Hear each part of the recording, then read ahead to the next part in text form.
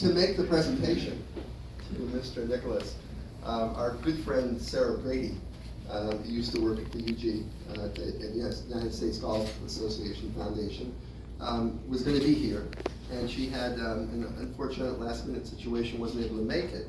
And so, just like on Broadway, when the star can't make it, they have understudies. And so I want to introduce Dr. Azita Hamidani, who has graciously agreed to stand in for Sarah.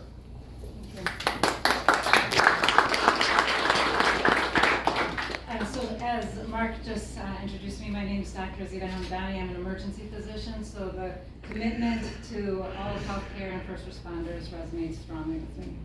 But that's not why we're here. Today I have the privilege of stepping in on behalf of Dr. Sarah Brady. So in that capacity, it's my honor to introduce this year's recipients of the Award for Extraordinary Philanthropic Achievement, Mr. and Mrs. Jack and Barbara Nicklaus.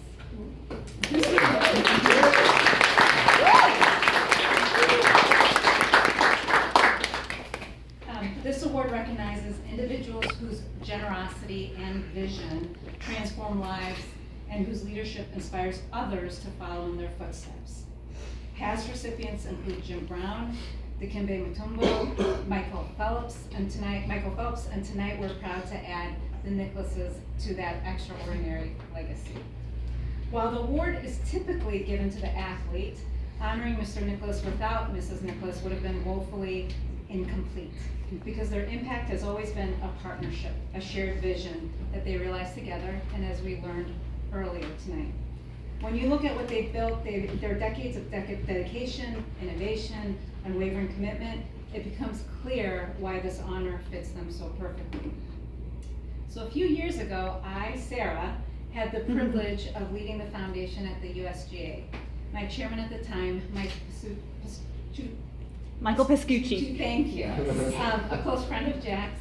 Many of you may know he owns the iconic Savonic Golf Club in the Hamptons. He invited Jack to join us for a fireside chat in New York City, similar to the one tonight. I, Sarah, remember the room vividly. It was filled with people like many of you, leaders in business, entertainment, wealth management, sports, philanthropy. There was an energy, an expectation, because when Mr. Nicklaus speaks, people lean in. At one point, the moderator asked Jack, today's players, they have these enormous entourages, managers, agents, PR people, trainers, psychologists, chiropractors, nutritionists, coaches for everything. Who was your team? Mr. Nicklaus didn't pause. He smiled and said, well, Barbara was my team. She's the only team I ever needed. The room. Good answer. The first time I read this, I teared up.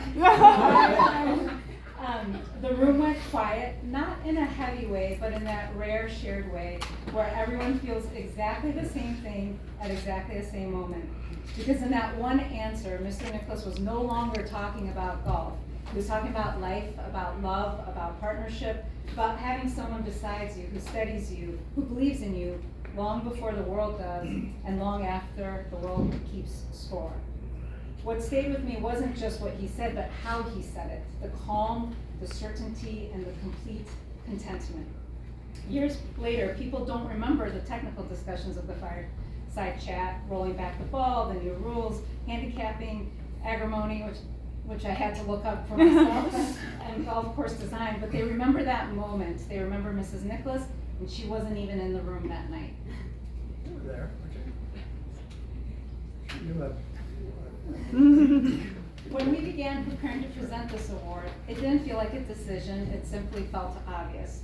What Mr. and Mrs. Nicklaus have done together is not just giving back, they've re-engineered what it means to have a platform. So long before athlete philanthropy became expected, before foundations had teams, strategies, and branding, they understood something fundamentally different. Influence isn't about attention, it's measured by what you've built with it. Over decades, Mr. and Mrs. Nicklaus have built something extraordinary. Not moments, not gestures, but an entire system designed to make a lasting difference. So just a few metrics. They've raised more than $250 million for charity. Reached children and families through healthcare initiatives each and every day. supported first responders and military families through Folds of Honor, strengthened communities through the memorial tournaments Giving Partnership in Central Ohio, mobilized movements like Play Yellow, bringing resources to children's hospitals all across North America, and a system that reshapes the game itself through places like the American Dunes Golf Club, where every round honors the sacrifice of American heroes and provides scholarships for the children of military families and first responders. And Mrs. Nicklaus, none of this would have existed without you. From co-founding the PGA Tour Wives Association to building the disciplined structure and heart behind everything the Nicklaus family has accomplished. And it sounds like it's a growing family, if only 4 out of the 24. You didn't just stand beside the legacy, you helped design it.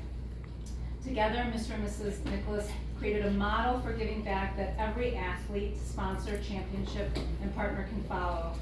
We quickly realized you cannot tell the story of Mr. Nicklaus without telling the story of Mrs. Nicklaus. And you certainly cannot celebrate a legacy of giving, of impact, of compassion, and of life-changing work without honoring their partnership. So with that, Mrs. Nicklaus, may I invite you to please join us on the stage, maybe switch with Tom, as we present this award to both of you for everything you've built.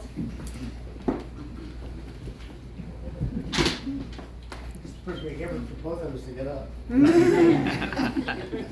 For everything you've built and for showing the world what it truly means to use a life of success in service to others.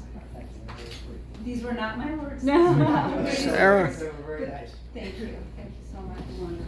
Thank you so much. Let me ask you to sit down for one moment, and we're going to invite this fellow.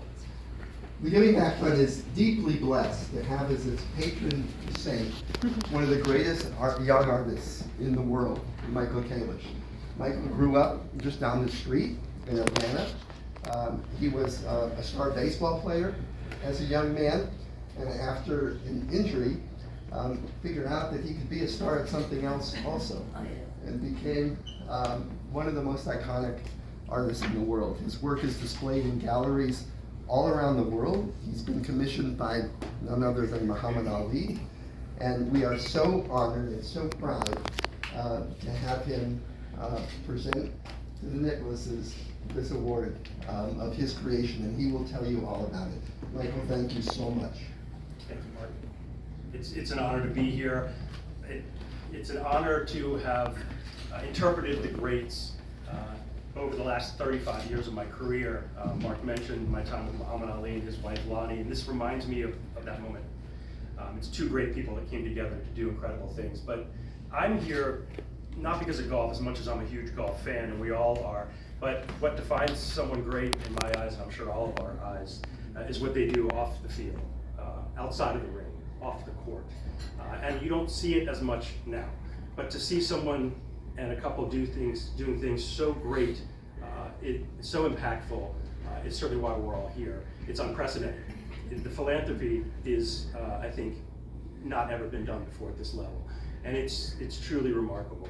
So for me to be able to capture doing great things is an incredible moment for me. I've been a part of some pinch me moments before, and this is top of the heap. So I, about 10 years ago, set out on a journey to create a new medium as an artist for 35 years. And that medium was dependent on finding classic film footage. Started off, and I partnered with Turner Classic Movies as an Atlanta native, finding classic films from Marilyn Monroe to Elvis to James Dean and Judy Garland, and so on and so forth, and find the original films, which has been a journey of itself.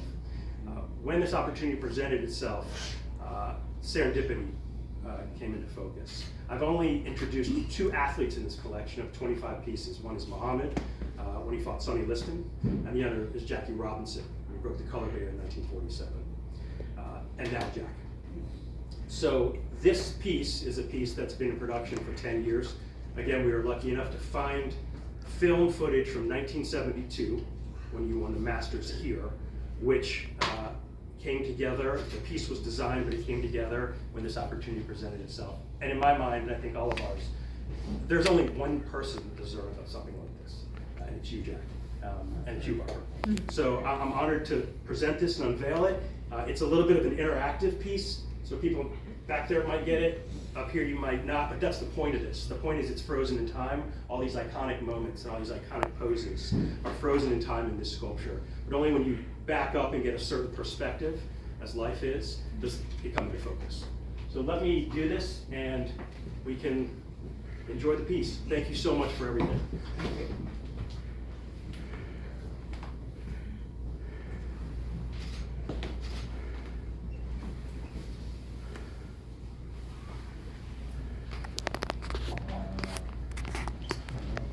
So if you get up close to it, you'll see the actual 72 film footage. It was 16 millimeter, which obviously wasn't televised, it was shot and then it was aired later. And all of the pieces are cut with these tiny little undulations, which we were able to patent this process that I've spent the better part of a decade doing. But then if you see it back there? Does it come into focus? Yeah. So you might have to get back there. So it's two things. The whole point of it is it's an illusion. I can see. Yeah. This is the lesbian, that's it. Yeah. But if you get up close to it, you can